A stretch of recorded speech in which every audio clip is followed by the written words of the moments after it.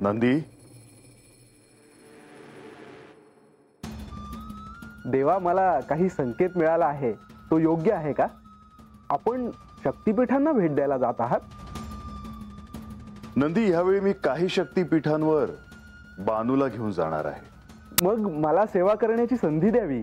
परंतु ह्यावेळी त्याची काहीच आवश्यकता नाही. परंतु देवा, बराच काळ लोटला, मी आपल्याला वाहन म्हणून कुठेही घेऊन गेलो नाहीये. नंदी, मला तुझी इच्छा कळत आहे. नंदी, ह्यावेळी मी बानूला सूक्ष्म देहाने घेऊन जाणार आहे आणि पुन्हा लगेच परत येणार आहे. हे अत्यंत महत्वाचे कार्य आहे. तेव्हा जेव्हा मला तुझी सहाय्यता लागेल तेव्हा मी तुला निश्चितच सांगेन. जशी आज्ञा देवा. नंदी, माझ्या अनुपस्थितीत तू इथली काळजी मात्र निश्चितच घे. होय देवा, आज्ञा असावी. शुभम भवतु.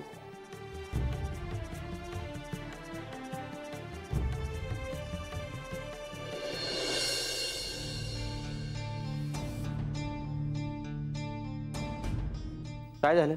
काय नाही, बानुताईंनी दार लावून घेतला आहे. तू बानूसनी सांगितलं नाही का आज्यानं बोलिवलं आहे म्हणून? वय आवाज बी दिला, पण त्यांनी काय दार उघडला असेल. वय राहू दे, डोळा लागला असेल तिचा. रात्रभर जागी असती. नुसता आवाज आला तरी जाग येते तिला. आता हाक बी ऐकू ये ना. होय, म्या काय म्हणते आजा, बानू नाही बोलत नग बोलू दे, पर तू गडावर जाऊन आला, काय सांगितलं नाही? अगं तुलाच काय, मी या राजवाड्याच्या बाहेर उभा होतो. बाहेर आल्यावर एखाद्यानं सांगायचं का नाही? मला बी काय सांगितलं नाही. मला बी वाटलं तुम्ही काहीतरी सांगाल म्हणून. सांगून टाक बरं, काय म्हणले देव? देव म्हणले बानू नसल बोलत तर नग बोलू दे, 2-3 दिवसात बोलल. म्हणजे देवासनी बी हे ठाव आहे? ते मला काय कळलं नाही. मग काळजी कशाला करायची? बानुताई पहिल्यासारखं बोलतील की. बानू असं का वागत्या हे कळाय ना ग? अहो, पर देवानी सांगितलं आहे ना. व मग ए यार गबासा तुम्ही. आजा, आणि काय म्हणलं देव? देव म्हणलं म्या बी वाड्यावर येणार आहे, तवा बानू बोलल. या माग काय तर कारण आहे आणि आपल्याला कुणी काय बी सांगत नाही. मला बी तेच वाटतंय. बानू बोलायला लागली ना की तिला सांगावंच लागल.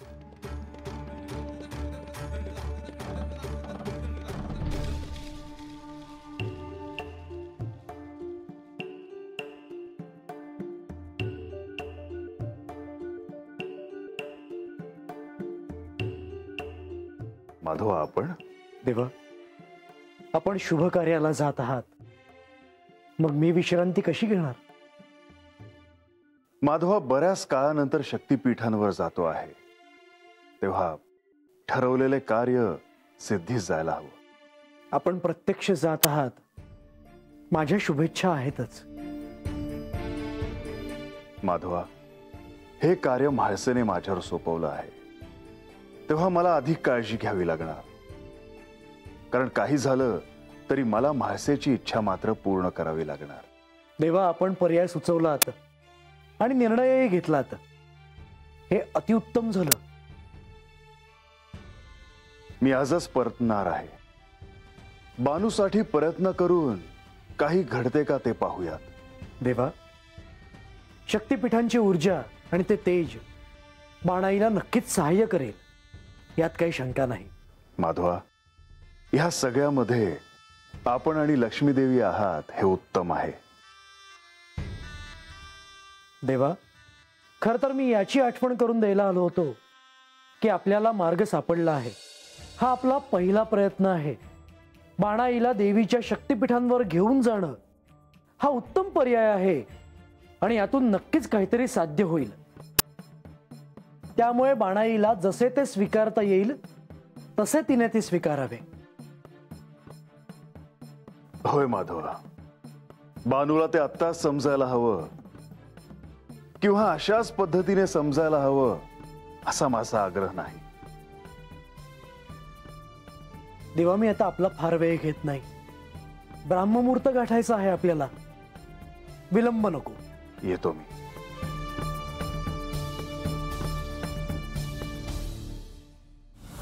नारायण नारायण.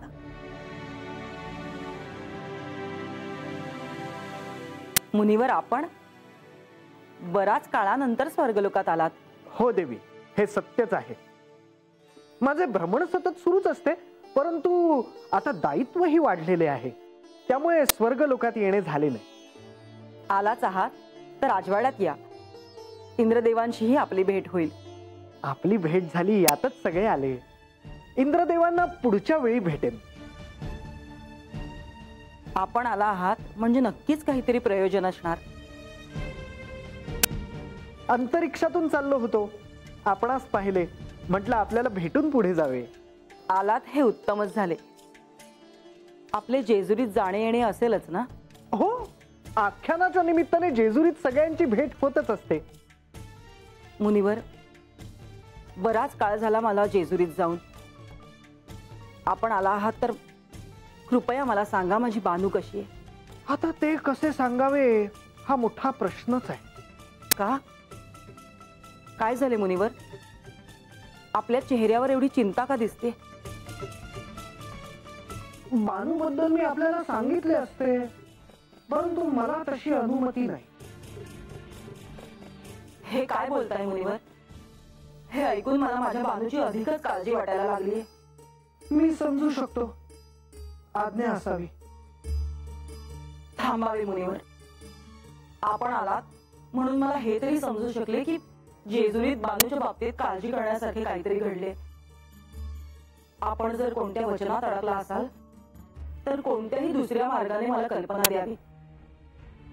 मुनिवर, एवढा विचार करू नका. काय झाले ते मला सांगा. देवी, मी आपल्याला एक असा मार्ग सुचवतो ज्यामुळे आपल्याला सगळ्या प्रश्नांची उकल होईल. लवकर सांगा मुनिवर.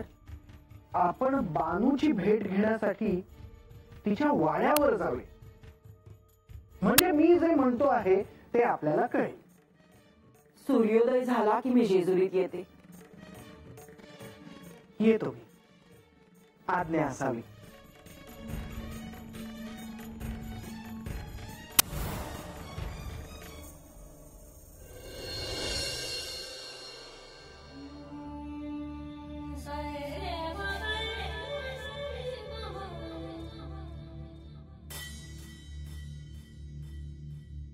बानू, तुझी या गडावर याची इच्छा जरी पूर्ण झाली असली तरी त्यामागे जे प्रयोजन होते ते पूर्ण झाले आहे असे मला नाही वाटत.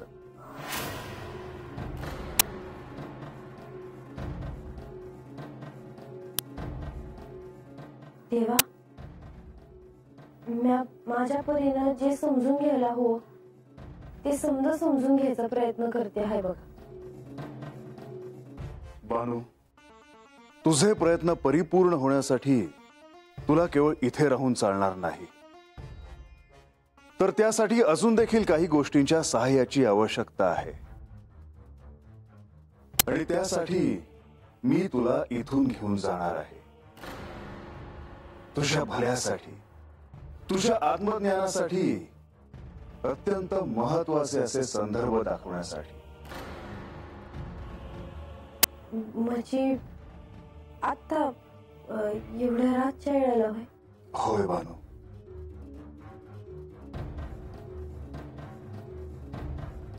बानू, कसला विचार करते आहेस? देवा, पर कुठं जायचं आहे जी? शक्तिपीठांचे दर्शन घ्यायला. शक्तिपीठ? होय बानू. बानू, याआधी मी तुला शक्ती रूपांच्या काही कथा सांगितल्या होत्या. माझ्यासाठी व्रत करताना मी तुला शक्तीची उपासना देखील करावयास सांगितली होती. वयजी, आता मी तुला त्या शक्तीपीठांबद्दल सांगणार आहे, त्यांची ओळख करून देणार आहे. पण त्यांची ओळख करून देत असताना ते तू ध्यानपूर्वक श्रवण करावंस असं मला वाटतं. तू गत जन्मात कोण होतीस, या शक्तिरूपांशी तुझा काय संबंध होता, हे तुला नव्याने जाणू लागेल. आणि म्हणूनच मी तुला तिथे घेऊन जाणार आहे. पर कुठं कुठे जायचं आहे देवा? आणि हे माझं पैसे ठाव झालं तर?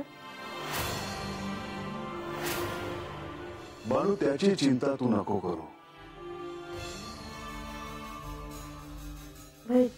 बानू, या साऱ्या शक्तीपीठांपाशी मी तुला एकाच वेळी घेऊन जाणार नाही,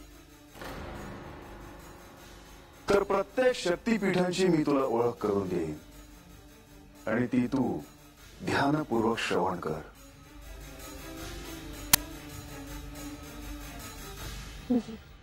बानू, या शक्तीपीठांशी ओळख करून देत असताना ब्राह्ममुहूर्तावर अदृश्य शक्ती, दिव्य शक्ती, चेतना ह्यांच्या अस्तित्वाची तुला जाणीव होईल. बानू, मी तुला तिथे सूक्ष्म देहाने घेऊन जाणार आहे आणि त्यावेळी तुझा अत्यंत शुभ अशा लहरीशी संपर्क होऊ शकतो. वयजी, महाराज बी असंच म्हणले होते. बानू, हे सारं काही तुझ्यासाठी, तुझ्या आत्मज्ञानासाठी सुरू आहे. परंतु त्यासाठी तुला देखील अजून प्रयत्न करावे लागणार आहेत. वय देवा, मी अभी तयार आहे. बानू, आता आपल्याला निघायला हवं.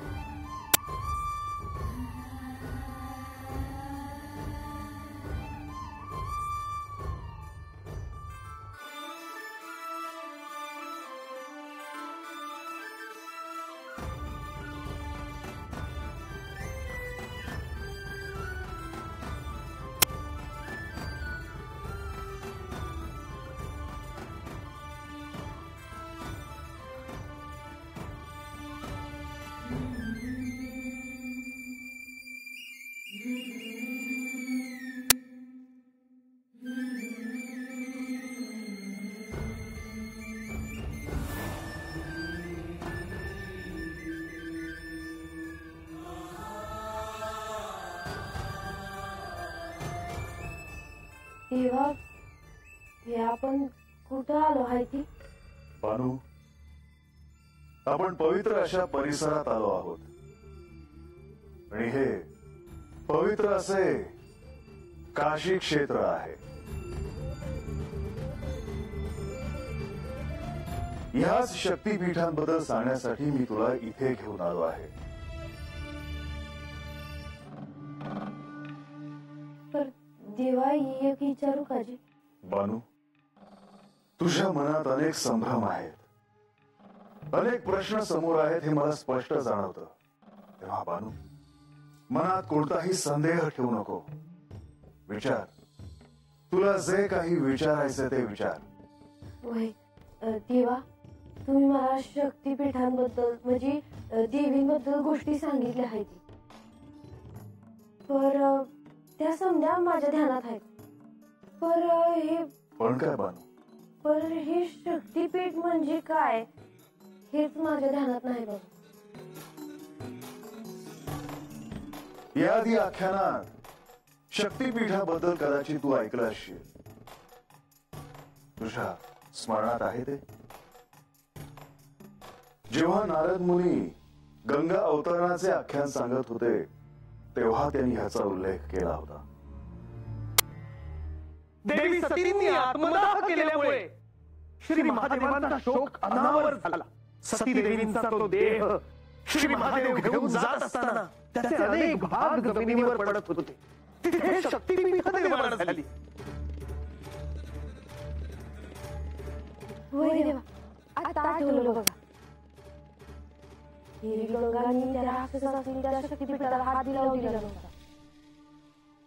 जेव्हा ते राक्षस त्यासनी मारायला आले तेव्हा महादेव तर आले आणि त्यासनी बघून ते समजे पळून गेले.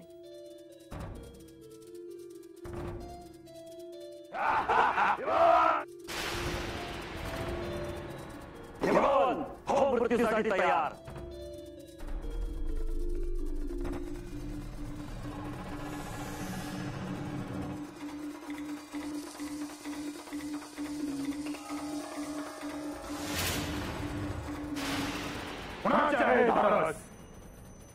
माझे निघून जा.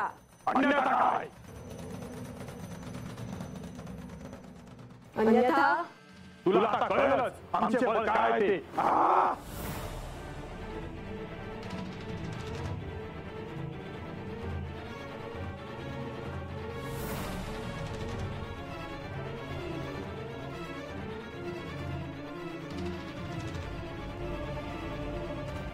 होय, आणि त्या स्थळी ह्या शक्तीपीठांची स्थापना केली गेली.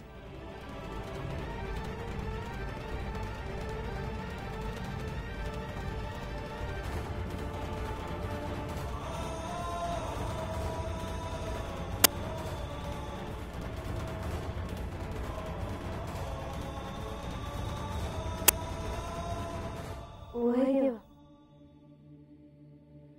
बानू, मी तुला याच शक्तीपीठांबद्दल सांगण्यासाठी इथे घेऊन आलो आहे. पुढे राजसभेत सतीच्या कथानकातील आख्यानात तुला सारं काही ओघाने कळेलच. परंतु या क्षणी काही शक्तीपीठांची मला तुला ओळख करून द्यायची आहे. वयजी, आणि बानू, याच शक्तीपीठांपैकी एक शक्तीपीठ हे या काशी क्षेत्री आहे. कोणतं देवा? मी ज्या शक्तीपीठांबद्दल सांगण्यासाठी तुला इथे घेऊन आलो आहे ते शक्तीपीठ म्हणजे विशालाक्षी शक्तीपीठ. विशालाक्षी? होय,